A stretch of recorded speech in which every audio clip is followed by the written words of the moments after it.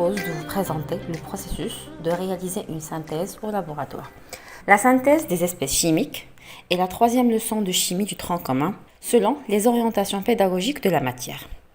Avant de commencer toute manipulation, il faut bien faire attention à la fragilité de la verrerie, à ce que la réaction est très exothermique et à bien manipuler selon les précautions du laboratoire de chimie.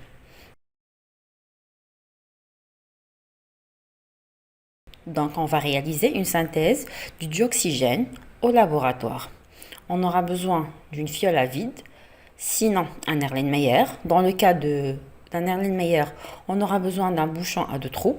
Si vous utilisez une fiole à vide, il suffit d'un bouchon à un seul trou.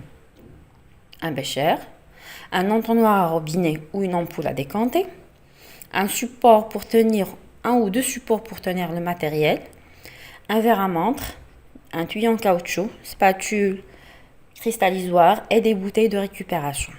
Soit vous utilisez des bouteilles de récupération si vous voulez garder le dioxygène pour une longue durée, ou vous utilisez des éprouvettes graduées.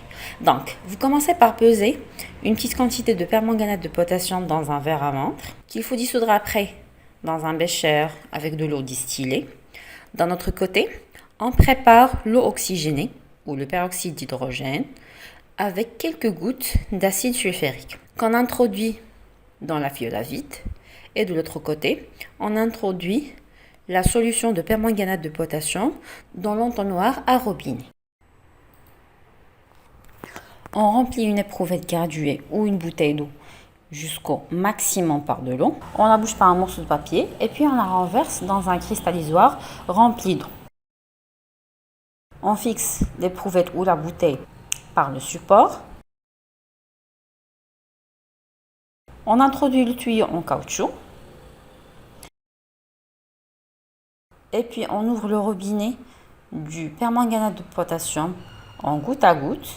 Et on remarque les bulles de dioxygène qui commencent à remonter dans l'éprouvette ou dans la bouteille afin de la remplir.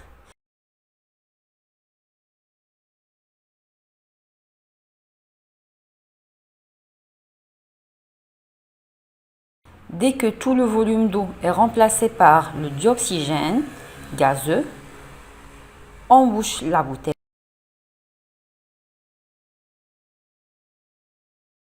Et maintenant, je vous propose les demi-équations. Donc, les ions MnO4- subissent une réduction pour donner les ions Mn2+, alors que le peroxyde d'oxygène subit une oxydation afin de produire le dioxygène recherché dans cette synthèse. Il faut signaler qu'il est nécessaire d'acidifier la solution de permanganate de potassium car l'ion permanganate appartient à différents couples selon l'acidité du milieu. Donc pour que ce soit le couple MnO4- Mn2+, il faut que le milieu soit acidifié. Merci d'avoir suivi.